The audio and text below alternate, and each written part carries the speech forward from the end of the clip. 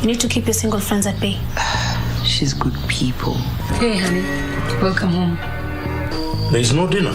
I've decided to cook for one. Love is for those who fight for it. But even when I got married, we'd still be together? Asali, move on. Have you lost your mind? I love you. Oh, please. Get out! Get out! I hate you. She's gonna leave you. She deserves better. So do I.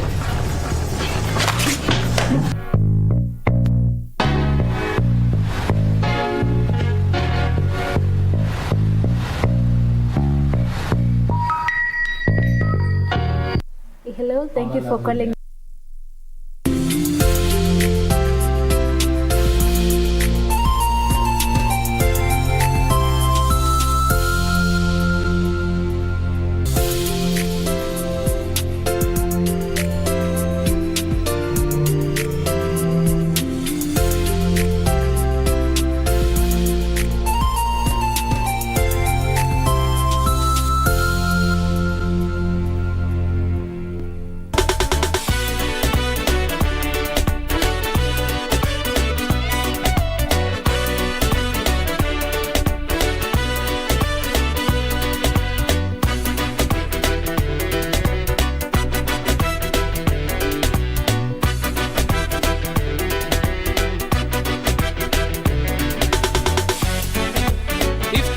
FM Ilaiska Umada. With over 2.4 million operators and a network that covers the entire nation, the Boda Boda subsector has revolutionized transport experience in Kenya. The good, the bad, and the ugly.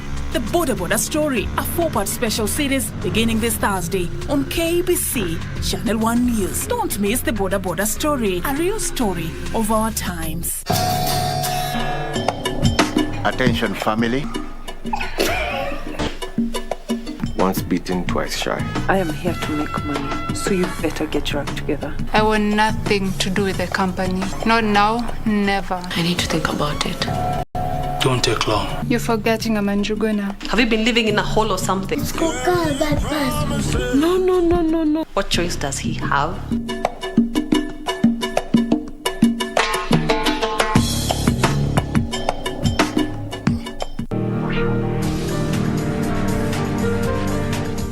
Experience a new history and setting of new records in Stark Arena from the 18th to 20th of March 2022 at the World Athletics Indoor Championships. Pretty tight out of the blocks, and Coleman now moving away. Christian Coleman challenged late there by Brumel. More than 1,000 of the world's best athletes will compete for 96 medals across 24 finals during the 3 days of competition in Belgrade, Serbia.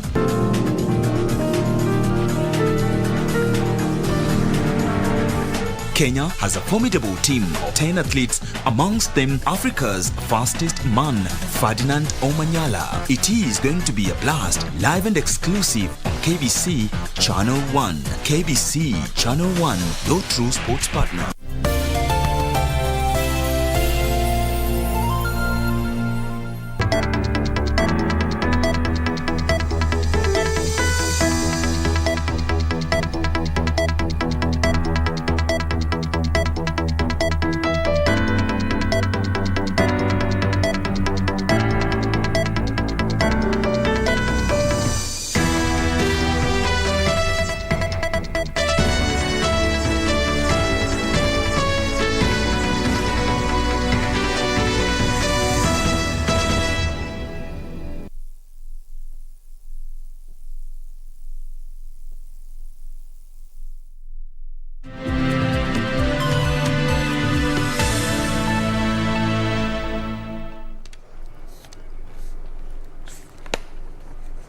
A very good afternoon to you. It is the 17th day of March 2022.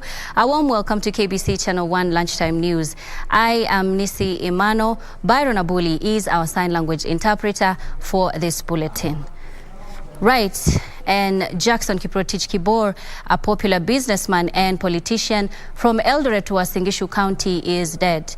Kibor, is said to be in his late 80s, died at St. Luke's Hospital in Eldoret after a long illness. Kenyans from all walks of life have eulogized the late Kibor as an industrious man whose legacies should be greatly acknowledged. Deputy President Dr. William Ruto is among Kenyans who took to Twitter to eulogize Mzee Jackson Kibor. The Deputy President said Mzee Kibor will be remembered for being firm, industrious and vocal on issues he believed in. Uasin Gishu Governor Jackson Mandago paid tribute to the late Kibor, saying he was a hard-working and self-disciplined man. Kapseret Member of Parliament Oscar Sudi eulogized the octogenarian, saying he was a hard-working, visionary and vocal politician who would speak up his mind without fear or favor. The wealthy businessman has been using medical oxygen since October 2020 after he contracted COVID-19. He was recently admitted at St. Luke's Hospital, where doctors confirmed both his kidneys had failed. Nicknamed the chairman of the men's conference, Mzee Kibor shot to prominence in 2017, where he went to court seeking to divorce his third wife months after divorcing the second one. Shortly after, he married a fourth wife. He is survived by more than 20 children. Jacqueline Masharia for Lunchtime News. Away from that, Jubilee Party has kicked out Kiambu Senator Kimani Wamatangi as Majority Chief Whip in the Senate. In a statement, the party's Secretary General, Jeremiah Kioni, said Wamatangi immediately ceases to hold the office of the Majority Chief Whip in the Senate, as well as any leadership positions in any committee of the Senate after he switched his loyalty to UDA party. Kioni said the decision was arrived by the party's National Management Committee after Wamatangi publicly announced that he had decamped to Deputy President William Ruto's UDA party. Kioni asked Wamatangi to make written representations to the Jubilee Party through the Secretary General by close of business today in the event that he does not agree with the decision, saying further considerations will be made thereafter. Wamatangi replaced Murang'a Senator Irungu Kang'ata as the Senate Majority Whip.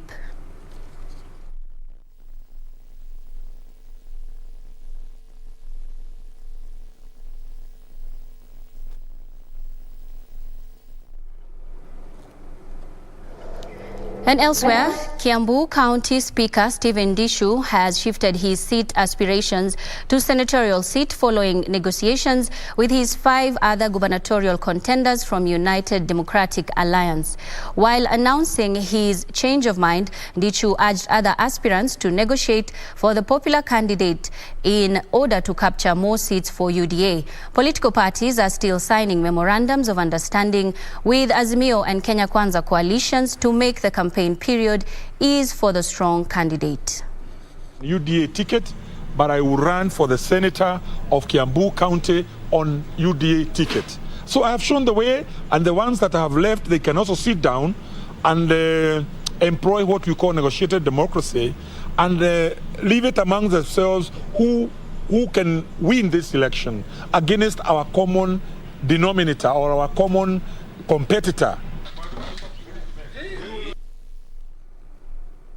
Moving on, a section of Agikuyu elders and opinion leaders from North Rift, allied to Orange Democratic Movement leader Raila Odinga, now want him to pick up a running mate from the region in order to be assured of victory in the August polls. Speaking in Kitale after a consultative forum, the elders, led by Simon Mwanake, expressed support for President Uhuru Kenyatta's choice of successor. Tunataka kumtetea presidenti wetu Mheshimiwa Uhuru Muigai Kenyatta. Hatutaki hawa watu wawili wapewe pressure na mtu yeyote. Hivi leo nataka kusema ya kwamba uwezi kuja siku mbili uingie kwa Azimio na uanze kusema utatafuta. Tayari kura tumetafuta. Ndugu zetu wamepigana, wametafuta. And in Laikipia County, residents of Nanyuki town staged a peaceful protest over what they termed as poor health services at the Nanyuki Referral Hospital. Carrying placards, the residents marched to the county secretary's office to file a petition demanding the reinstatement of all doctors who were fired 3 years ago and to ensure the hospital had medicine to improve service delivery. The hospital, through its chief health officer Donald Mogoi, denied the claim, saying the facility was providing quality services and that they have hired specialists to replace those that they sacked in 2019. Hawamo. Dawa pia zile ziko ni Piriton na Panadol zile za kawaida.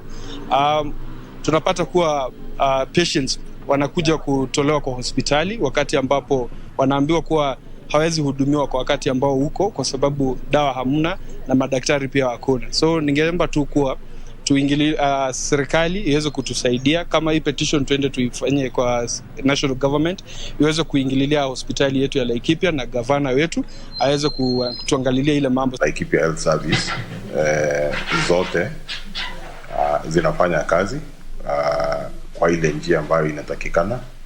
Hasa hospitali yetu ya LHS Nanyuki iko inapeana huduma kwa kila siku, hasa huduma za specialists pia zinapeanwa katika hospitali yetu, kuanzia huduma za mama, huduma za watoto, huduma za upasuaji, huduma za matibabu ya kiakili, huduma za matibabu ya kila siku kupitia kwa madaktari wetu, ziko zinaendelea.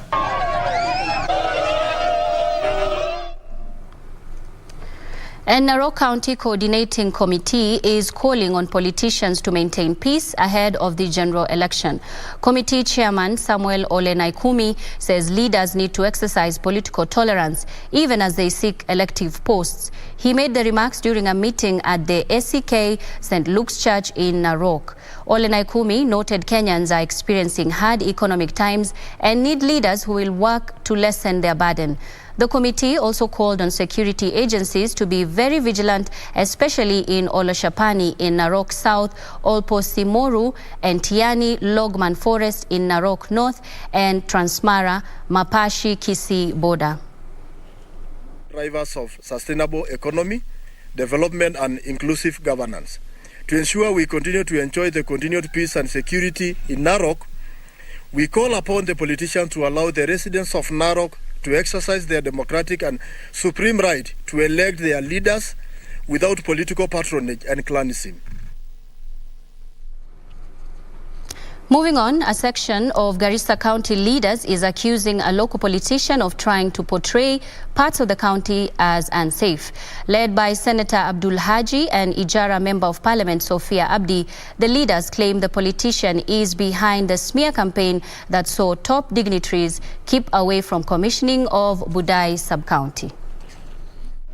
In Garissa County, security concerns dominated the commissioning of Bodai sub-county. Speaking while handing over the coat of arm emblem to Bodai Deputy County Commissioner Anderson Ayuko, Senator Abdul Haji accused a local politician of peddling untruths to settle political scores. Tunasikitika wakati wale ambao wamepewa nafasi ya serikali kuu wakitumia sababu ya kuhairisha shughuli muhimu kama leo ya kufanya Bodai sub-county, wanatumia sababu ya insecurity.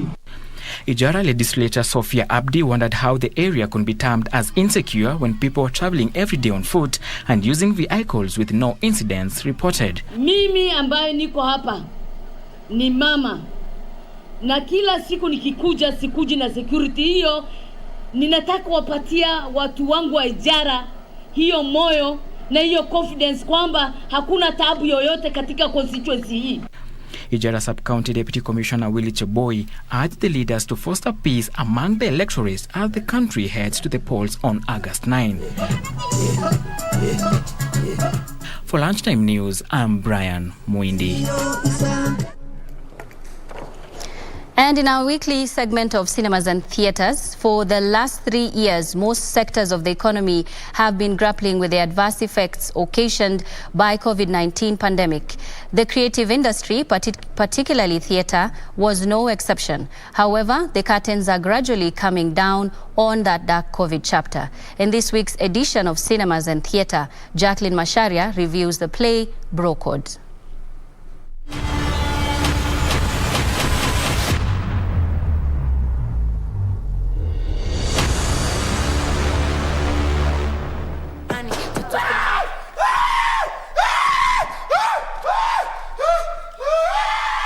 The play Bro Code is a story about two brothers trapped in a warehouse after a bank robbery goes wrong.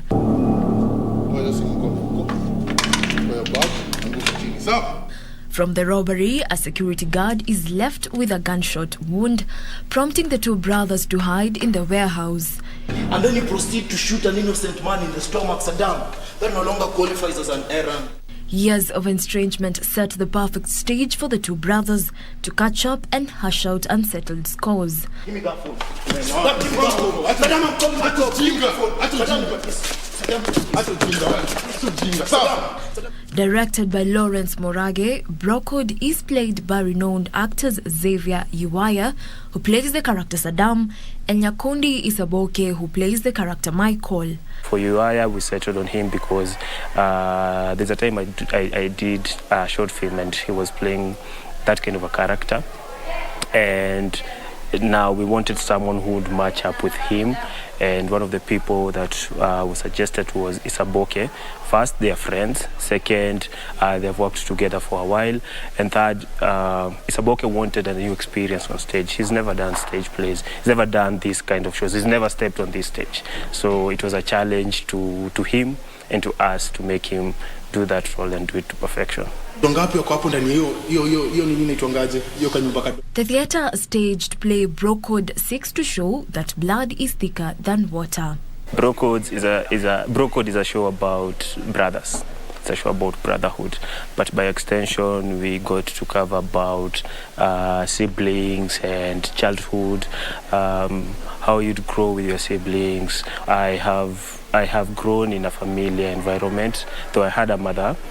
Still have a mother, but I've only grown up with my brother as the only sibling that I know. So it's a story and a play that resonates a lot with my life, and that's why I accepted to direct the play. Saddam, you get the picture I'm trying to paint. Bro, you just bribed them, bro. Having directed different films and TV shows, Morage noted that theatre staged plays are fulfilling compared to films as they offer instant feedbacks from the audiences.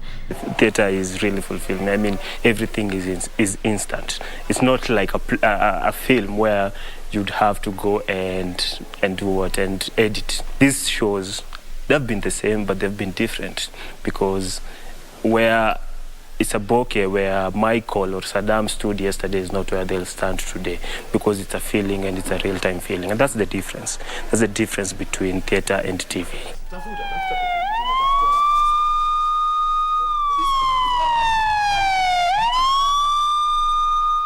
Well, the theatre space had picked up pre-COVID. That is 2018, 2019, it was doing really well.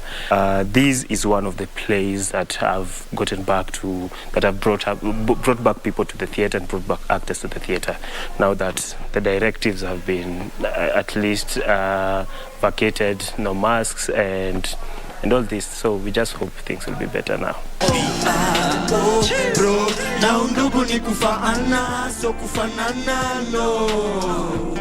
You're my brother for sure.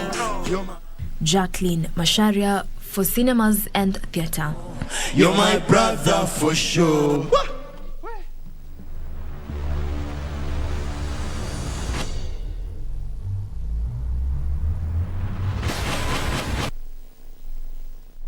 And on that note, we do take a really short commercial break on Lunchtime News, but do stay with us. We'll be back in just a bit.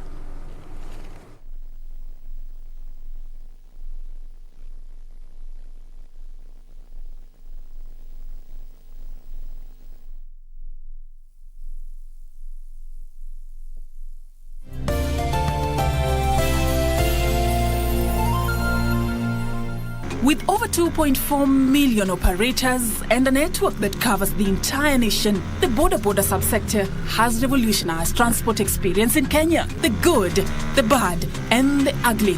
The Border Story, a 4-part special series beginning this Thursday on KBC Channel 1 News. Don't miss the Border Story, a real story of our times.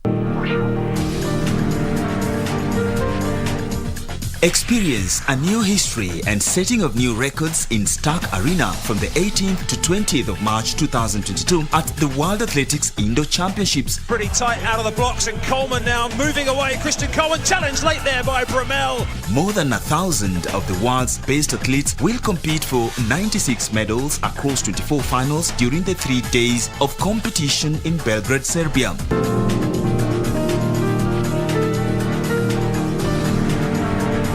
Kenya has a formidable team, 10 athletes, amongst them Africa's fastest man, Ferdinand Omanyala. It is going to be a blast, live and exclusive on KBC Channel 1. KBC Channel 1, your true sports partner.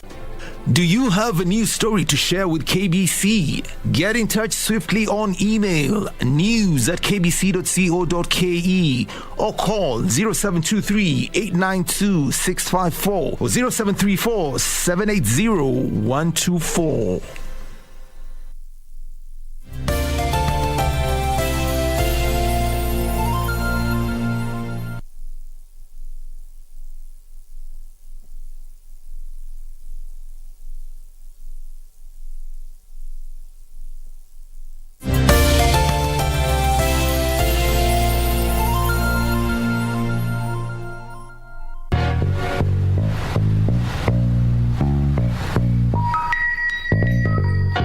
Maybe we should have a dinner party and invite some of your single friends.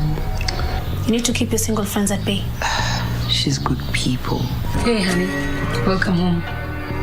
There's no dinner. I've decided to cook for one. Love is for those who fight for it. But even when I got married, we would still be together?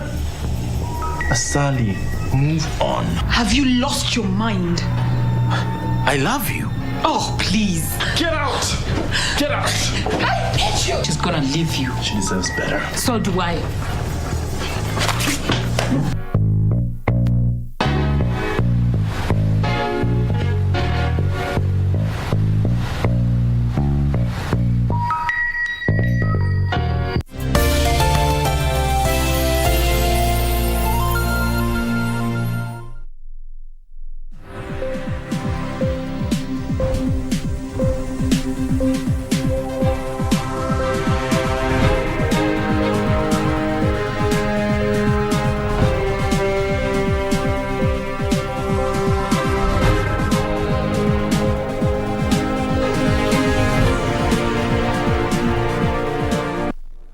Welcome back. Thank you for staying with us. And Keroche Industries breweries have resumed operation in its Naivasha factory after the Kenya Revenue Authority removed the seals placed in their production line. Keroche CEO Tabitha Karanja says within the period the brewery was closed, they had made losses of up to 700 million shillings, but nevertheless the company is resuming with full vigor.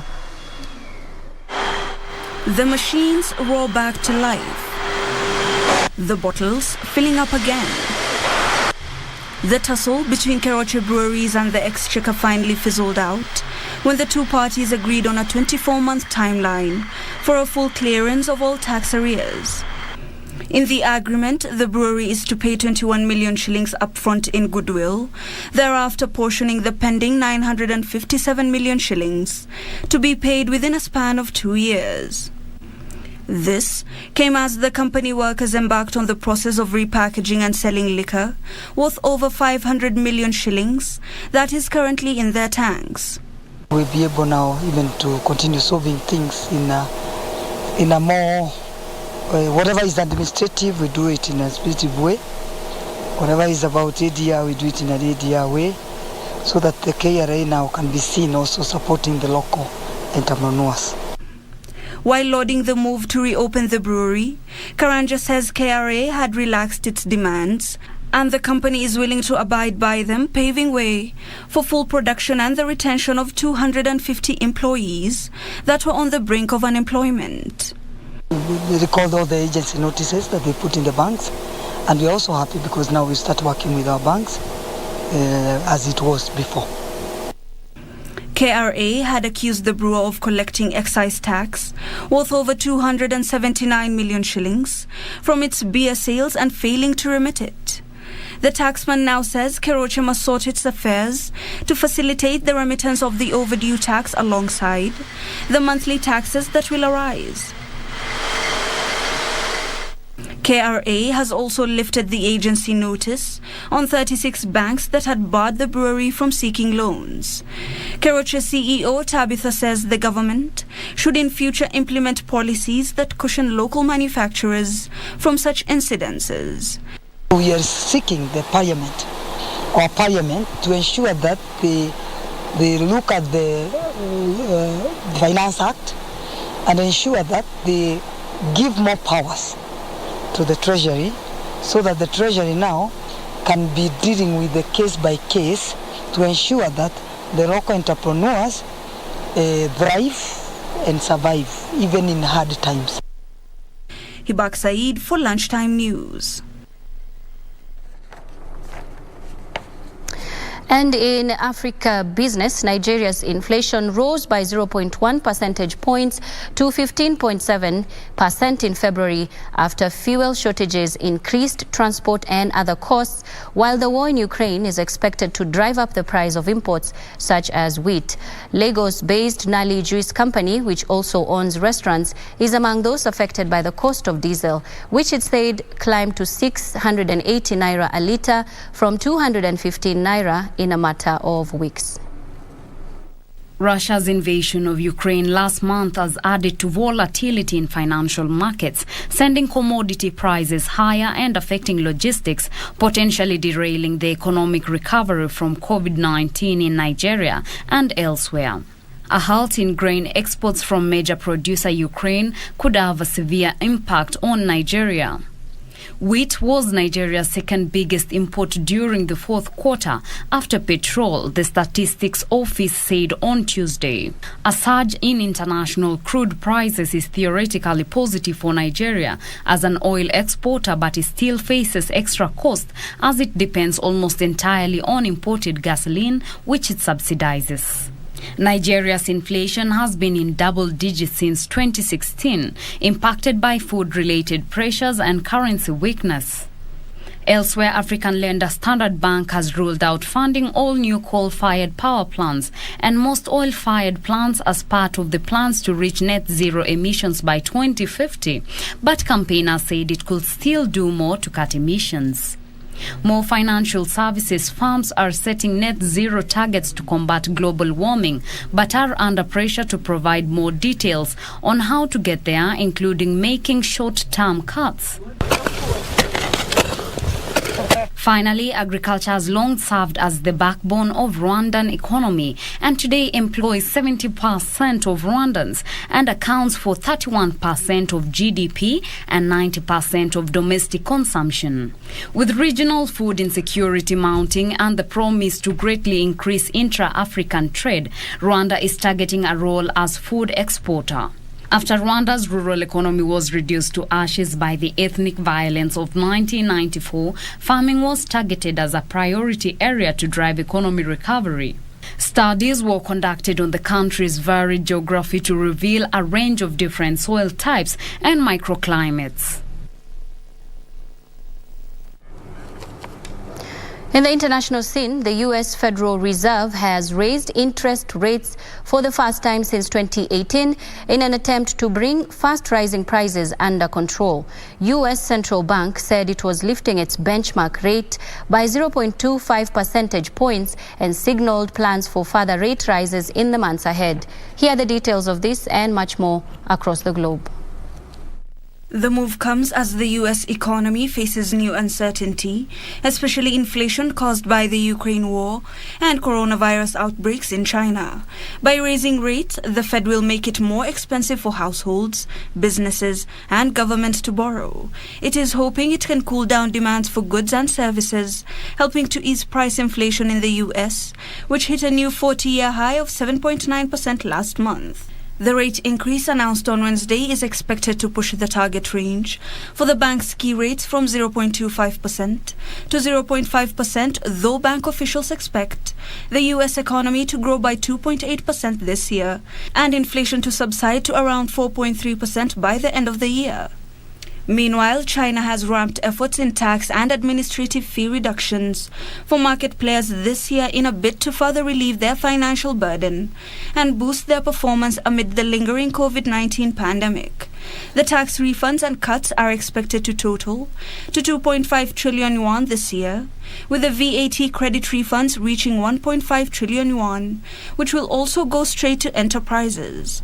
The country has also extended the time limit for tax deferral by a further 6 months on the taxes and administrative fees payable by micro, small, and medium-sized enterprises in the manufacturing sector.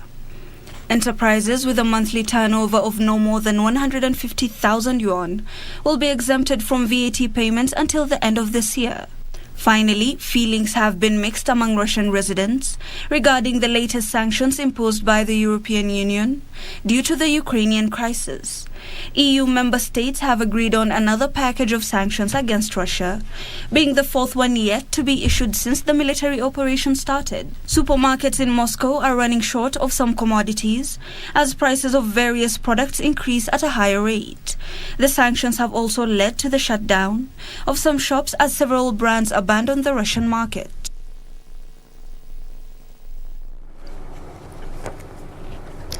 All right, we now want to take you to Westlands in Nairobi, where our team is there covering the political parties' aspirant sensitization meeting that began earlier this morning. And Gladys Mungai is our reporter on standby to give us an update on that particular story. Then Raila wins, and it will be very difficult for me to see him.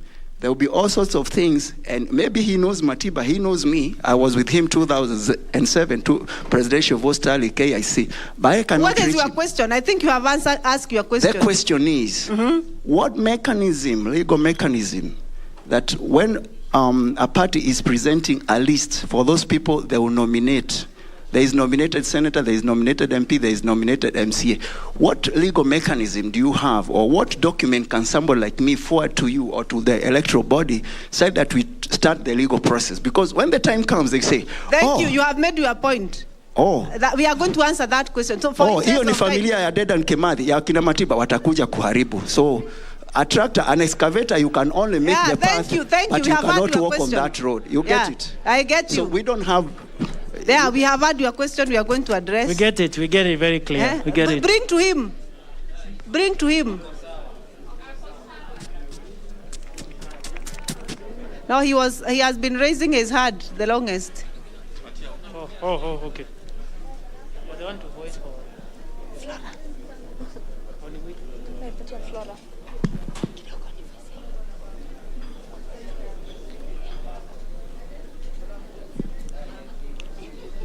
Okay. Thank you so much. Good afternoon, everyone. I have 3 questions. I've just thought about that now. Sorry. Why is it that I remember initially we've sorted out the issue because we were trying to go round and round and round, but I'm happy this is sorted. So my question is, it goes to you, Registrar. Having the party nominations and the party list. So I want you to make it clear so that we can understand. What are the mechanisms that the political parties are going to that political party have to protect women. All right, and that is the political party's aspirant sensitization program that is currently ongoing in Westlands, a story that we are definitely going to be following up for you, and we'll give you a comprehensive report in our subsequent bulletins. For now, we also want to go to Uhuru Market. We will listen in to the Deputy President William Ruto, who is currently speaking at the KWANZA rally. Let's take a listen. Tunabadilisha mwaka huu. Tunaanza na mwananchi mdogo hapa chini. Tunaanza na mama mboga hapa chini. Tunaanza na mtu wa boda hapa chini. Tunaanza na mtu wa kioska hapa chini. Na tunaweka pesa ya serikali bilioni 50 kuinua biashara ya hawa watu wa chini.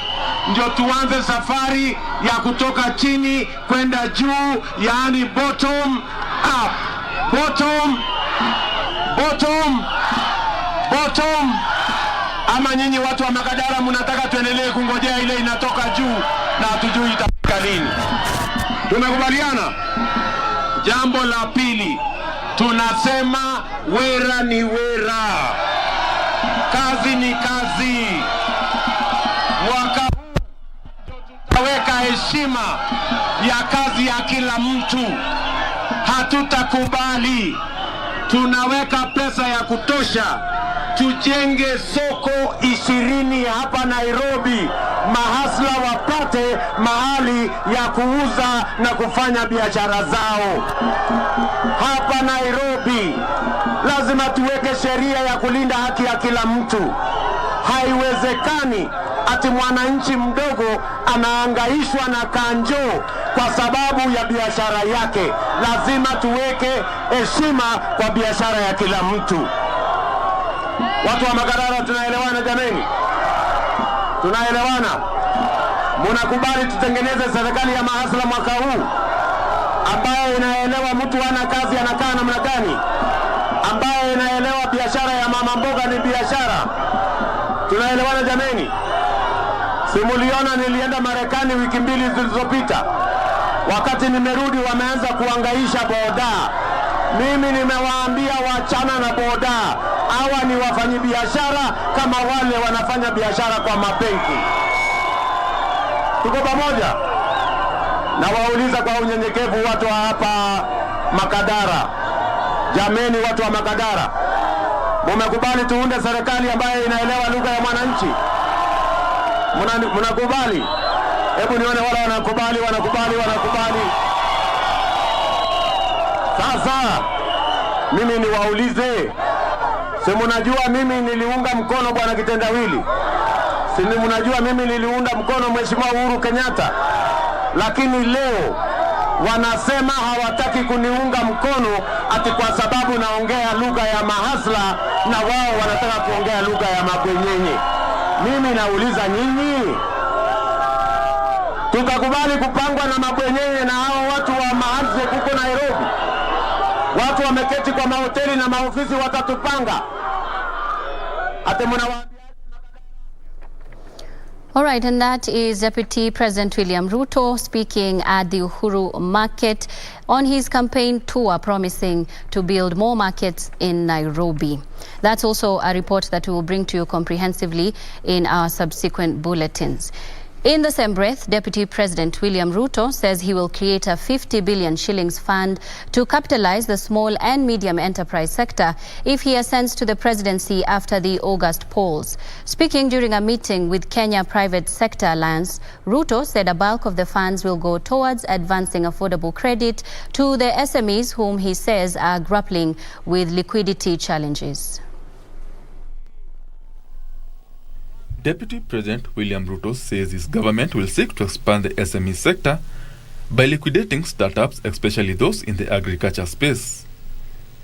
The DP says high interest charged by most financial institutions have financially crippled startups, reducing their margins, thus inhibiting their growth. To liquidate the SME sector, the DP says will create a 50 billion shilling fund that will advance credit to SMEs at lower interest rates. I'm also clear that what needs to be done in Kenya, you don't need to invest in any research. Many of the things that need to be done are already known, and all that is required now is the necessary leadership to deliver on the things that we already know should be done. Ruto reckons agriculture is underfunded and his government will ensure farmers are also adequately financed and facilitated to increase production.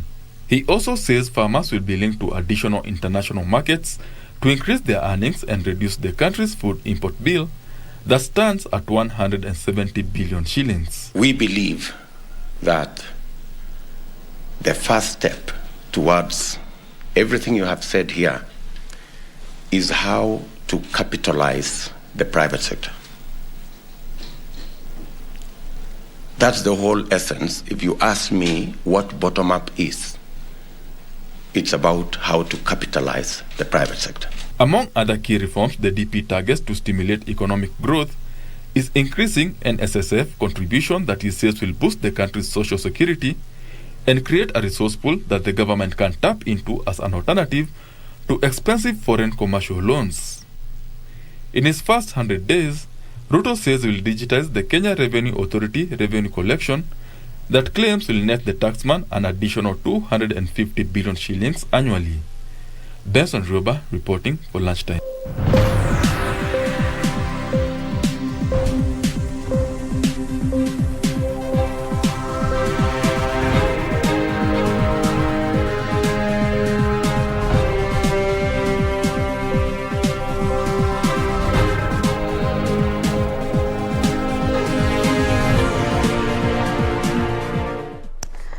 One more story before we go into sports.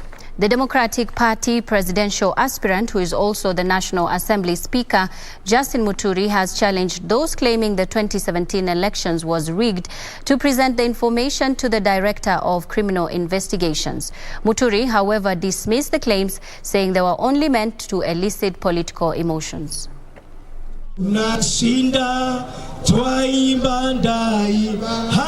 Speaking after a meeting with aspirants on DP party ticket and Embu residents, Muturi urged those with evidence on the alleged rigging of 2017 elections to record a statement with the police. He at the same time said Democratic Party will only form coalition with individuals who have like-minded ideologies of fighting corruption. Yoyote ambaye ako tayari kuzungumza nasi na ambaye atakubali kuyatia haya mambo yote kipao mbele, tutazungumza. Unajua mazungumzo ni si kitu baya. Unajua sisi zote ni wa Kenya na tunataka kila mmoja ambaye tutazungumza naye awe ni mtu wa nia njema. Elsewhere, Pamoja African Alliance Party, which is associated with Governor Amason Kingi, is slowly gaining popularity following the officials' effort to strengthen their base in Coast Region. According to Governor Kingi, the party has received overwhelming requests for elective positions ranging from MCAs to governors. And Kajiado County Orange Democratic Movement aspirants have agreed with their Jubilee counterparts on how to share elective posts in forthcoming polls to avert fallout in Azimio coalition. Kajiado Governor Joseph Olelengu urged both aspirants from all Azimio coalition member parties to forge unity of purpose that will propel Raila Odinga to presidency and see them back most of the elective seats in the county. Hii spirit ya Azimio tunaipokea. Na baba tutamshika mkono. Na kaunti yetu tutaweka amani na maendeleo. Mimi nataka tu kuwaomba watu wa Kajiado kwamba tumekuwa mfano bora kwa taifa kama kaunti ya amani na uwiano, na sasa kama atakayeongoza safari ya Azimio Kajiado, mimi kama gavana wa Kajiado hii, mimi nawaomba pia wana Jubilee na wa vyama vingine wote tukuje kwa pamoja ndio tuhakikishe kwamba Azimio imeshinda kwa kila kiti. Tutaroe. In Embu, Jubilee party leaders are confident of winning majority of seats in the county. Party grassroots leaders led by coordinator Emilio Katuri said Jubilee was still the party to rely on in the region, especially now that it had received a fresh energy following its relaunch last month during its National Delegates Conference. We are not threats. We have all what it takes. Very soon mtaona mambiru board, very soon mtaona caravan tukizunguka kwa county, na tutakuwa tukiambia watu wale walianza kitambo watakuwa kituangalia. And finally, Kisii Deputy Governor Joash Mangi has switched his bid from gubernatorial to senatorial seat in the coming August polls. Mangi, who has been defecting from ODM to UDA for a number of rounds, made his final move to UDA last week to seek for the Kisii senatorial seat. This is a team that is destined to win and will be running on the ticket of UDA. Jelis Aladi for Lunchtime News. In Mombasa County, Commissioner Lucas Mwanza has urged area residents to make good use of the LIWATONI footbridge that links the island to the mainland. Mwanza says use of the bridge will decongest ferries. His sentiments coming days after a stampede at the bridge where several people were injured. A week after a stampede at the Mwanza Bridge where several people were injured, a security team and officials of the Kenya National Highways Authority toured the site. Mombasa County Commissioner Lucas Mwanza saying the 1.9 billion shillings bridge was meant to ease congestion at the Likoni ferry, especially during the COVID-19 pandemic. And therefore we want to encourage more people to use it so that we are able to attain a target of about 300,000 per day, so that we can decongest the ferries, and at the same time we can also contain the spread of the coronavirus. It has enabled people not to sit here waiting for long hours, waiting for the ferry to come so that it can enable them to cross over. So once you arrive at the floating bridge, as long as the floating bridge is open for usage, you just walk across and get home, or you walk across and get to work. Mwanza urging more area residents and visitors to the county to use the footbridge.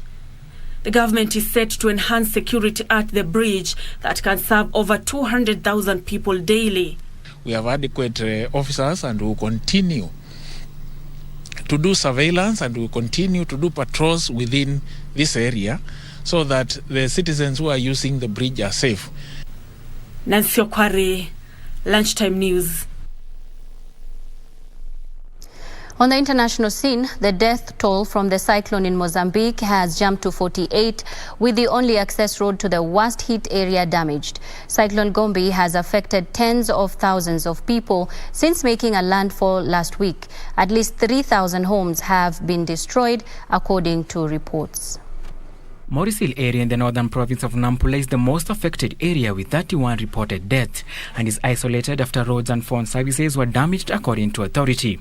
The country's relief agency said it will assist the affected in the country, and the US has increased the number of Somali officials under visa restrictions for undermining the country's democratic process. This comes after Somalia missed the 15th of March deadline for completing parliamentary elections that have been delayed for more than 1 year. The names of the officials have not been released. Elsewhere, a report by the Human Rights Watch says that dozens have been arrested, threatened or prosecuted for holding critical opinions about Rwanda's government. The report also demanded the urgent release of activists, journalists and opposition leaders in Rwanda, adding that the censoring speech and restricting journalists, bloggers and YouTube commentators has gone too far. Finally, Burkina Faso's born architect Diabedo Francis Kere has become the first African to win the prestigious Nobel Peace Prize. His highly esteemed work, which include permanent and temporary structures, has been erected in his country of birth, also across Africa, Europe and the United States.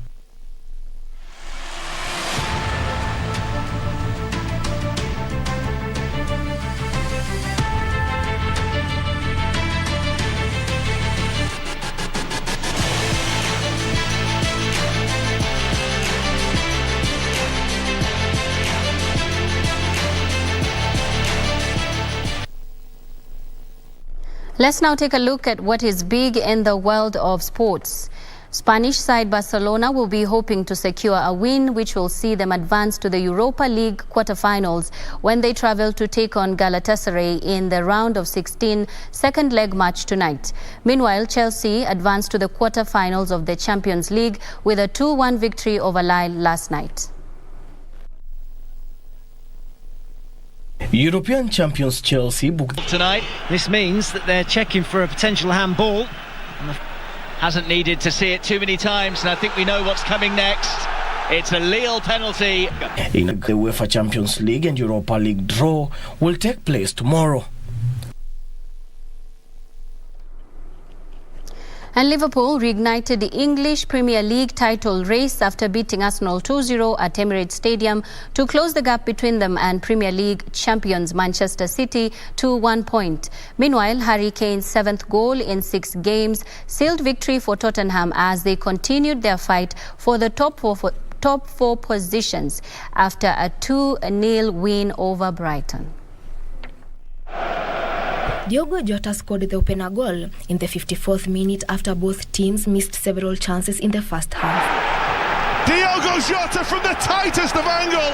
In the 62nd minute, Roberto Firmino sealed the victory for Liverpool. Andrew Robertson and Firmino! Liverpool just have that ability to turn it. The win leaves Liverpool breathing right down Manchester City's neck with 9 games remaining.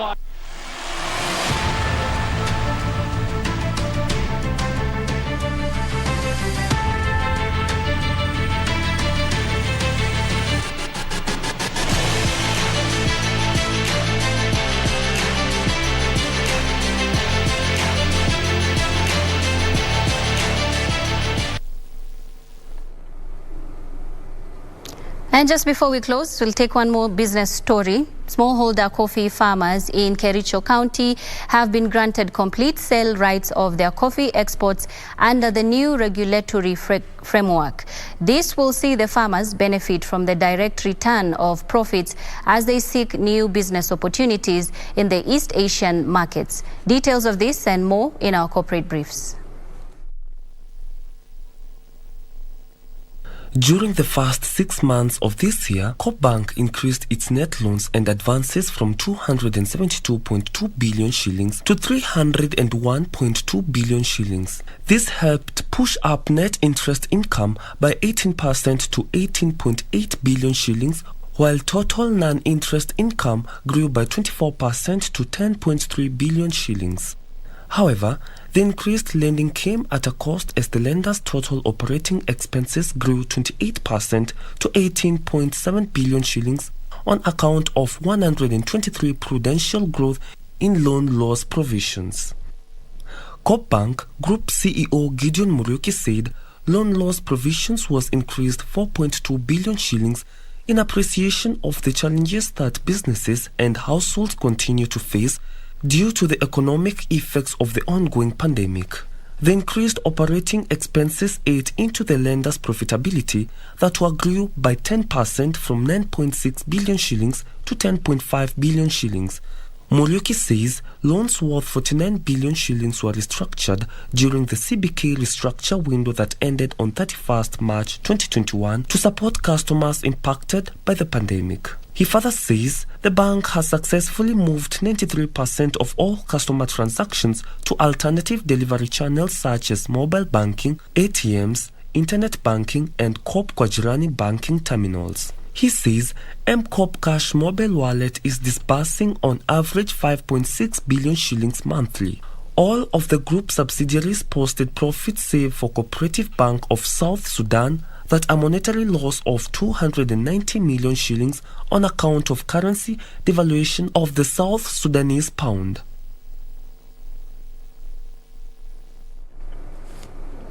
And we are going to wind it up on that note. Thank you so much for watching. Remember to watch our 4-part Border story series that is beginning tonight here on KBC. I am Nissy Imano. Byron Abuli has been our sign language interpreter for this bulletin. Good afternoon and enjoy the rest of your viewing.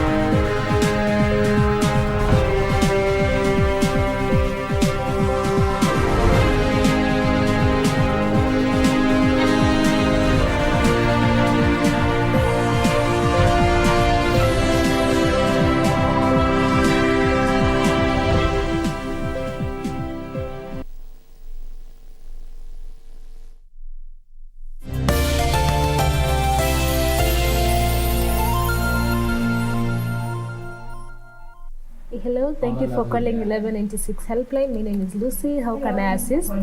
Unasema kwamba una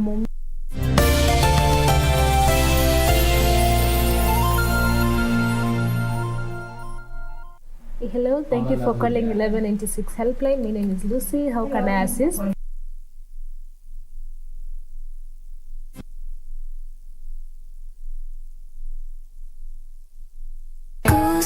Hii dunia hatukafanya nini, hata ukawa mwema kiasi gani, watu hawatoacha kukulaumu, na hata ukawa mbaya gani, watu hawatoacha kukusifu. Yani kuna watu watajigawa, kuna watu watakupenda na kuna watu hawatokupenda. Kwa hiyo ndugu zangu, Mwenyezi Mungu Subhanahu wa Ta'ala anatuambia sisi wote ni wenye njaa, isipokuwa aliolishwa na Mwenyezi Mungu. Na Mwenyezi anasema nilisheni, maana yake lisheni maskini na wajane na